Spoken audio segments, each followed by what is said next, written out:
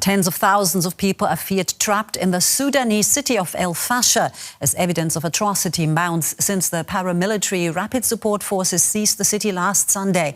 Survivors who have fled speak of mass killings, including of children. They speak of sexual violence, beatings and robberies. The UN says more than 60,000 people have fled the key city in Sudan's Darfur region without food or water, some with gunshot wounds. Many of the displaced are seeking refuge in Tawila, some 60 kilometers to the west of el-Fasher. And joining me from Tawila now is Shashwat Saraf. He's the Sudan country director for the Norwegian Refugee Council. Good to have you with us. I know you arrived in Tawila just a few days ago yourself. When you now register new arrivals there, what are they telling you about the situation in el-Fasher? I think we are hearing a lot of things when we meet the new arrivals in Tawila. Some talk about the fact that they've seen people being killed. Some talk about people being detained. And some are not even able to speak. They are completely disoriented. They are dehydrated. A lot of them need medical support because they are not in a condition to even talk. So we refer them and we make sure that they get medical help before we are able to talk to them. But we are hearing multiple counts of different kinds of atrocities. We are even seeing children, unaccompanied children as young as 3 years old, coming into Tawila without them knowing where their parents, where their grandparents or other family members are.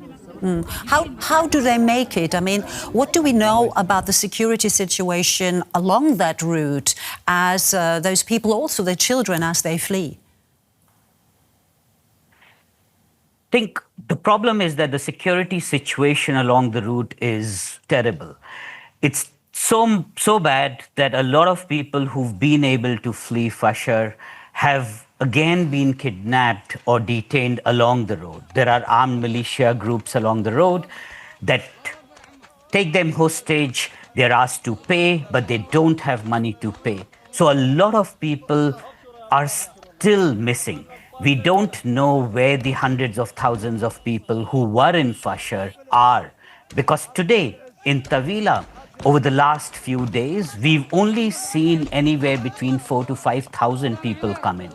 It's not the numbers that we were expecting. We were expecting hundreds of thousands of people to move out of Fasher, to move to spaces or places which they considered safe and where they would have access to food, water, healthcare, and other services. But we're not seeing those numbers come into Tawila.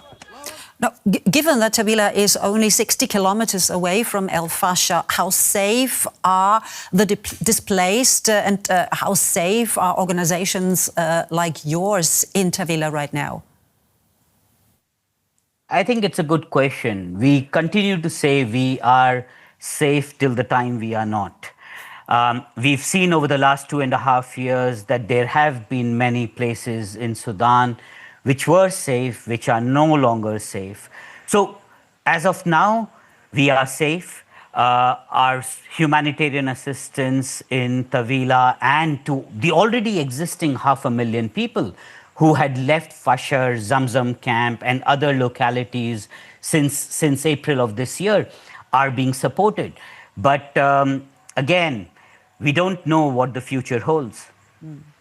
Well, Shashwat Saraf with the Norwegian Refugee Council in Tawila in Sudan. Shashwat, thank you so very much for sharing those insights with us.